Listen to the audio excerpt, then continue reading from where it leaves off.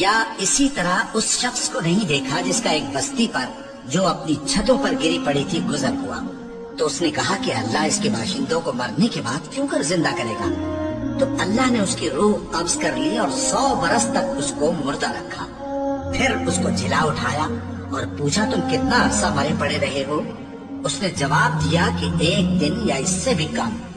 अल्लाह ने फरमाया, नहीं बल्कि 100 बरस मरे रहे हो।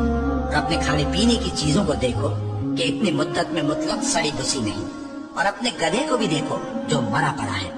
गरज इन बातों से ये है कि हम तुमको लोगों के लिए अपने कुदरत की निशानी बनाएं।